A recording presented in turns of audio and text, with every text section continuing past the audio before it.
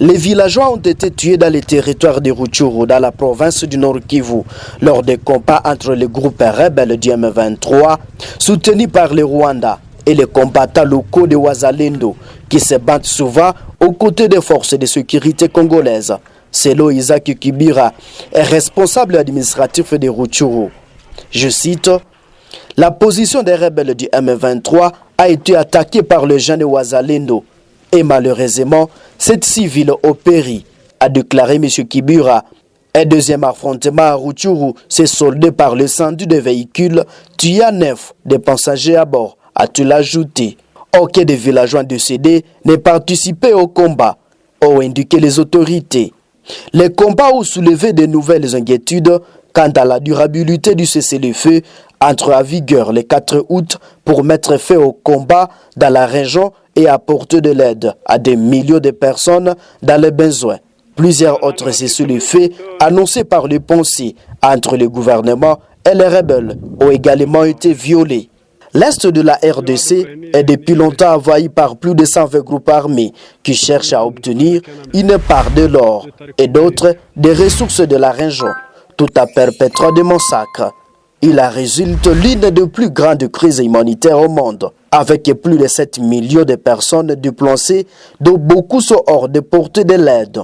Les groupes rebelles le plus actifs dans la région est le M23, qui s'est fait connaître il y a plus de 10 ans, lorsque ses combattants se sont emparés de Goma, la plus grande ville de l'Est de la RDC, à la frontière avec le Rwanda. Il tire son nom d'un accord de paix conclu le 23 mars 2009. Il accuse le gouvernement congolais de ne pas appliquer. Par ailleurs, le gouverneur Jean-Jacques Purusi Saduki de la province du Sud Kivu, dans l'est de la RDC, a levé jeudi la suspension de toutes les activités minières près d'un mois après avoir annoncé l'interdiction de rétablir l'ordre dans cette région riche en minerais, fait suite à des réunions avec les sociétés minières pour qu'elles remplissent des déclarations fiscales et signe un engagement de transparence dans le secteur minier. Selon un communiqué du bureau du gouverneur, de nombreuses entreprises chinoises exploitent l'or et d'autres minerais dans l'est de la RDC, où les attaques contre les carrières et les coopératives minières sont fréquentes. Le mois dernier, une milice a attaqué une mine d'or dans la province de l'Ituri, tuant 6 mineurs chinois et des soldats congolais, a-t-il déclaré Africa News, notre source. Au moins 27 militaires des forces armées de la RDC ont été blessés dans un accident à ville de Beni. Dimanche 18 août 2024, le chauffeur accusé d'ivresse à plus service a été placé devant la justice pour violation des consignes dans un procès organisé à procédure de flagrance à l'OSACAF. Suivez ce reportage. Le prévenu Kabé Ameji Simeon, soldat congolais de 2e classe, a été placé devant le tribunal militaire des garnisons de Beni. Il s'agit du chauffeur qui conduisait le véhicule militaire de marque Kamaz qui a fait tonneau dimanche soir au niveau d'Engadi sur la route Beni-Mavivi. Plus de 27 militaires à bord ont eu des chocs, ont été blessés lors de cet accident, causé notamment par l'imprudence du chauffeur qui conduisait à vive allure de vitesse en état d'ivresse, indique le capitaine magistrat Hubert Kabandani, substitut de l'auditeur pour le tribunal militaire des garnisons de Beni. Il s'agit d'un camion Kamaz des forces armées de la République démocratique du Congo, conduit par le militaire Kabea Menji Simeon, lequel véhicule a connu un accident. Plus de 27 militaires qui étaient à bord ont connu des chocs. Provisoirement, nous retenons d'abord la version des consignes. C'est avec le fait qui seront relatés. Nous allons voir si, Monsieur le Président, on pourra encore, Monsieur le Président, ajouter une autre infraction. Consigne qu'il avait personnellement réussi et laquelle consigne de ne pas prendre la boisson s'enivrer pendant les heures de service et de ne pas rouler à une vitesse qui ne mérite pas. Alors, il s'agit d'un comportement, Monsieur le Président, que nous voulons qu'il soit réprimé. Ces premiers jours des audiences étaient consacrés à l'identification du prévenu et l'audition de certains renseignants. Maître Fabrice Moula, l'île des avocats du prévenu, indique que le collectif de la défense envisage de recourir à certains experts pour éclairer le tribunal. Dans un premier temps, il est poursuivi pour violation des consignes, mais il faut dire que lors d'une procédure comme celle-ci, le ministère public ou le tribunal, selon le cas, peut décider de requalifier ou d'ajouter un autre élément de poursuite. Je crois que la remise qui a été donnée, c'est dans le souci certainement de consolider le droit de la défense, notamment recourir aux experts, certains experts pour des questions qui en nécessitent et éventuellement des éléments nouveaux nécessairement il y en aura et ça pourra éclairer la religion du tribunal. Le procès organisé en procédure de flagrance a été renvoyé au mercredi prochain. reproché. Cette remise a été faite dans le souci de consolider les droits de la défense, estime maître Fabrice Mouloali. Le ministre de la Justice, Costa Mutamba, a lancé lundi une réforme visant la bancarisation des recettes judiciaires à RDC. Lors de la cérémonie de lancement, le ministre a fermement déclaré que les freins de justice ne seraient désormais plus perçus directement par les magistrats ou des greffiers, mais exclusivement via des guichets de banques qui seront ouverts dans chaque juridiction du pays. Je cite: tout celui qui s'opposera à cette mesure sera considéré comme complice de la mafia et sera immédiatement déféré devant la justice, a averti Costa Mutamba, soulignant l'importance de cette réforme pour assainir le système judiciaire congolais. Le ministre a rappelé que cette initiative répond à une instruction directe du président Félix-Antoine Tshisekedi Tshilombo visant à mettre en place des réformes courageuses et audacieuses dans le but de guérir le système judiciaire, économique et social du pays, gravement affecté par des pratiques et des corruptions du détournement. Mutamba a également exprimé son indignation face au détournement des fonds révélé par un rapport de la Cour des comptes indiquant que des centaines de milliers de dollars avaient été détournés par certains greffiers. Je cite: désormais, tout celui qui tentera d'ouvrir un compte parallèle à dehors du compte des trésors publics sera arrêté, à tout déclaré. A précisé que des amendes transactionnelles, les cautions judiciaires et autres droits devront désormais être versés exclusivement via les banques. Le ministre congolais a insisté sur l'urgence de cette réforme pour le développement du pays, affirmant que cette décision n'était pas une simple option, mais une obligation imposée par le président de la République, pour qui nul n'est au-dessus de la loi. La communauté Hutu a officiellement demandé pardon envers la communauté Nande à l'usine d'une séance de travail qui a duré 5 jours, soit du 14 au 18 août 2024, et qui a été sanctionnée par la signature de cet acte d'engagement et de réconciliation entre ces deux communautés. C'est un honneur pour moi de présider cette cérémonie d'un accord de paix et de réconciliation entre nos deux communautés, Nande et Hutu. Mkataba wa mapatano na amani kati ya kabila la Wahutu na Wanande.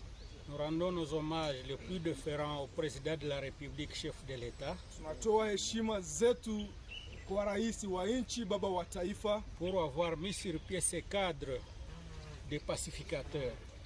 Kwa kukubali na kuweka hii baraza ya wapatanishi.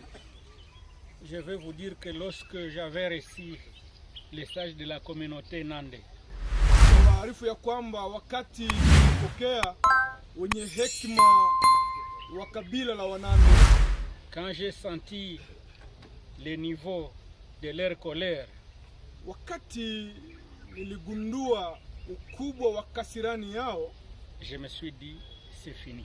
Nilisema imekwisha.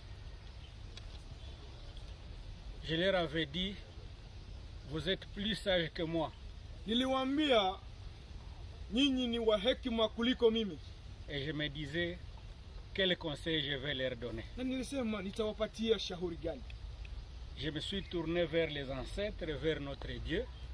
Niligeukia mababu, nilimgeukia Mungu. J'ai dit que les ancêtres nous donnent la sagesse d'amener ces deux communautés ensemble. Nikasema mababu watupe hekima ya kuleta kabila hizi mbili fasi moja. Et vous voyez comment les ancêtres ont suscité les coutumiers et les notables du Grand Kivu. Na mnaona kwamba mababu walichemsha uami na viongozi jimboni. Ils sont revenus à notre rescousse. Wamekuja kwa msaada kwetu. Parce que je voyais toute la province en train d'être embrasée. Sababu niliona kwamba jimbo lote linaenda shikwa na tatizo. Nos ancêtres ont suscité dans le cœur des chefs de communauté mababu waliamsha katika mioyo ya makabila une acceptation de pardon. Ukubaliano wa msamaha. Je ne m'imaginais pas personnellement. Sikuwazia hii mimi mwenyewe. J'avais l'autre jour avant reçu aussi la communauté Hutu. Siku nyingine nilikuwa nimepokea pia kabila la Wahutu. C'était après les incidents de Butembo. Ilikuwa baada ya tatizo la huko Butembo. Ils avaient aussi une colère que je ne pouvais pas adoucir. Walikuwa pia na kasirani ambayo singeweza legeza. Nous avions discuté de 19h jusqu'à 2h du matin. Tulizungumuza tangu saa 1 hadi jusqu'à 2h du matin. Saa 7 usiku, saa 2. Et ce jour-là, le matin, la ville devait être mise à feu et à sang. Na hiyo siku muji ungewekwa kwa moto na damu. J'ai imploré les ancêtres. Niliomba mababu.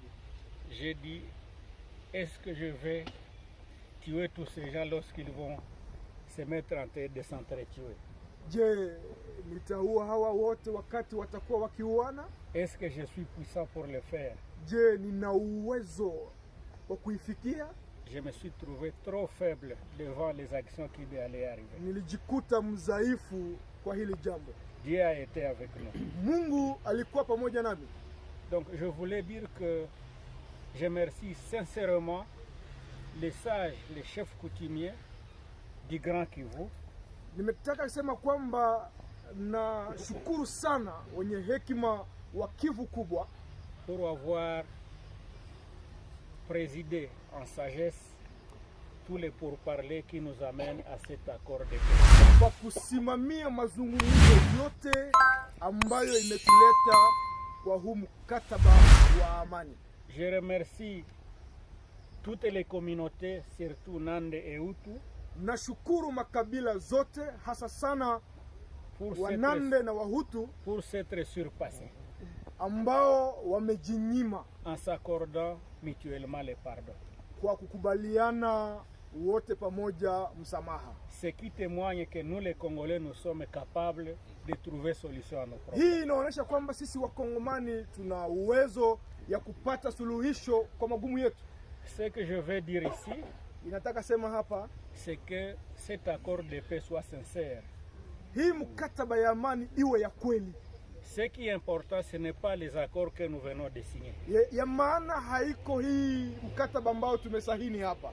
Ce qui est important, c'est pacifier nos cœurs. Ya maana ni kuleta salama mioyoni mwetu. Nous accepter mutuellement. Kukubaliana sisi kwa sisi. Lorsque je parle aux wazalendo que je coordonne, wakati nazungumuza kwa wazalendo ambao naongoza, je leur dis souvent que il n'y a pas une guerre qui se passe ici chez nous. Ninawaambia kila mara hakuna vita inayopitikana hapa kwetu. Nous sommes plutôt victimes de notre division. Sisi ni wahanga wa magawanyiko yetu. Mais si nous sommes unis, lakini kama tunajiunga pamoja, qu'est-ce que le Rwanda présente? Rwanda atafanya nini? Voyez la superficie du Rwanda. Ona ukubwa wa Rwanda. Le Rwanda peut entrer dans le Congo plus de 80 fois. Rwanda inaweza ingia kwetu zaidi ya 80. Voyez la population du Rwanda. Ona raia wa Rwanda. C'est environ 23 millions, je crois. Ni karibu milioni 23. Et nous sommes à 100 millions. Na sisi tuko milioni 100. Regardez l'armée rwandaise. Ona jeshi la Rwanda. Son effectif est de 30 000 avec les réservistes de 15 000. Wingi wao ni wa watu 13,000. Nous sommes à 200 000 avec les réservistes de 42 000. Sisi tuko kwa 200,000. Ça signifie que nous ne pouvons jamais être malmenés par les Rwandais. Ninamaanisha kwamba Rwanda haiwezi kututatiza. Dès lors que nous avions accepté le pardon, wakati ambapo tumeitika msamaha, je suis rassuré que la guerre est finie. Na kubali ya kwamba vita imeisha. Je vais peut-être demander à la sagesse de chef du Grand Kivu et c'est aussi du utaomba kwa hekima ya viongozi wa Kivu kubwa na wa Kivu kaskazini d'amener aussi cette expérience dans le Grand Nord. Kwa kuleta hii miundombinu huko maeneo ya Beni, Butembo. Je suis plus rassuré nina uhakika que s'il y a le pardon et la réconciliation des communautés dans le Grand Nord, kama kuna kuomba msamaha na kusameheana kwa ngambo kubwa ya Kivu, les ADF n'auront pas la force. ADF hawatakuwa na nguvu. Les massacres vont s'arrêter. Mauaji yatakoma. J'avais déjà sollicité même à ce que les chefs coutumiers du Grand Kivu et ceux du Nord Kivu puissent aller au Grand Nord aussi. Niliomba awali kwamba Kivu kubwa na viongozi wa mababu jimboni Kivu Kaskazini kwenda huko Grand Nord. Mais nous avions analysé ensemble que c'est une question qui demande beaucoup plus de sagesse et de profondeur. Tulichunguza pamoja kwamba ni jambo ambalo linaomba pia hekima kubwa. C'est qu'il faut une préparation. Na inaomba matayarisho. Et nous n'avons pas désisté. Hatuja kataa.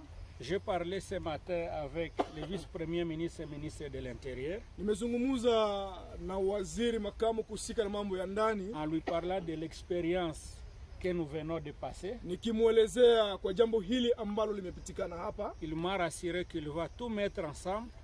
Aliniambia kwamba ataweka yote uwezekanayo avec la participation du gouvernement provincial, akiungana na serikali jimboni, pour que dans un délai bref, ili katika muda mfupi nos grands sages et nos chefs coutumiers puissent aussi aller séjourner dans les Grands Nord. Ili wahekima wetu waende pia katika maeneo ya Beni Butembo. Nos ancêtres me voient.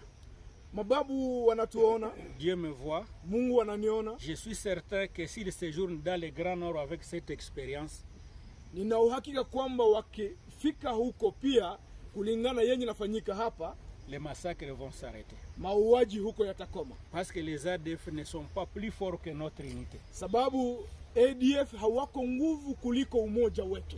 Après avoir déposé une plainte lundi au parquet général militaire contre un général des forces armées de la République démocratique du Congo FARDC pour torture d'un avocat dans une vidéo devenue virale sur les réseaux sociaux, le ministre de la Justice et garde des Sceaux, Costa Mutamba, a réagi sur cette torture qu'a subi un avocat de l'Omomi. Suivez.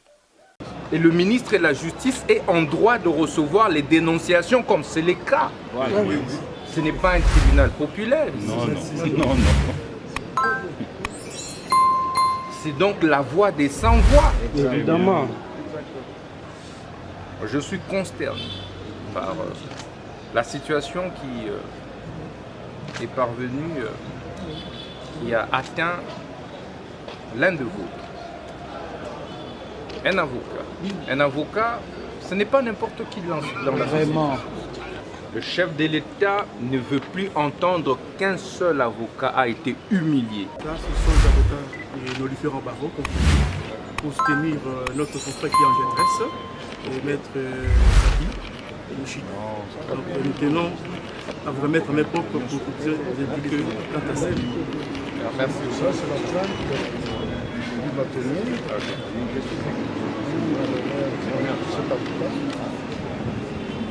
On a mis en accusation en termes de copie conforme et même pas copie d'information, copie conforme.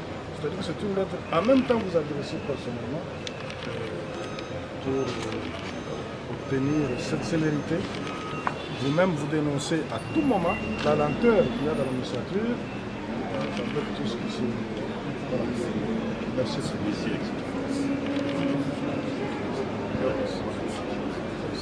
D'accord.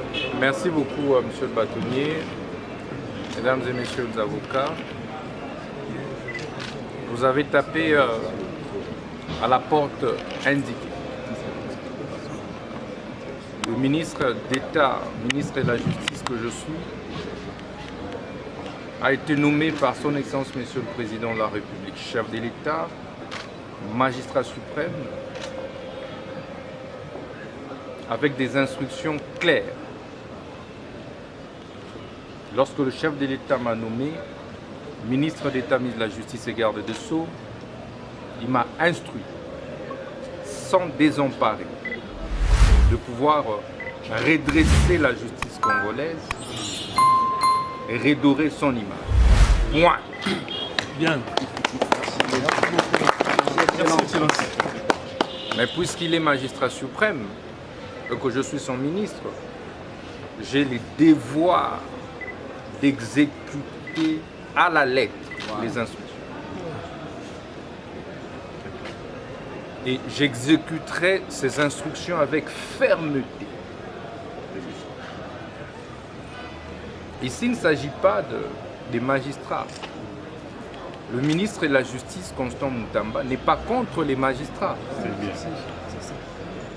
Le ministre de la Justice est contre les réseaux mafieux. Évidemment. Qui ont altéré l'image de notre justice. Évidemment. Et le ministre de la Justice est en droit de recevoir les dénonciations comme c'est le cas. Voilà. Ce n'est pas un tribunal populaire. Non. C'est donc la voix des sans-voix. Évidemment. Je suis consterné par la situation qui est parvenue, qui a atteint l'un de vous. Un avocat. Un avocat, ce n'est pas n'importe qui dans la société. Vraiment. Déjà, nous sommes dans une société où nous n'avons pas encore de culture d'avocat. Donc c'est difficile. Déjà, les conditions dans lesquelles vivent les avocats. Mais ajouter à cela, cette maltraitance, cette humiliation. Je ne voudrais pas vous rappeler combien de fois dans certains offices, même des magistrats, on a chassé des avocats comme des petits chiens. Vraiment. Comment sur les prétoires, on a chassé des avocats. Et ça ne se passera plus comme ça. Exact. Merci beaucoup. Merci, Excellence. Merci beaucoup. Nous comptons sur vous, Excellence. Merci beaucoup. Le chef de l'État ne veut plus entendre qu'un seul avocat a été humilié et chassé, tabassé, comme c'est le cas aujourd'hui. Merci, Excellence. Merci, Excellence.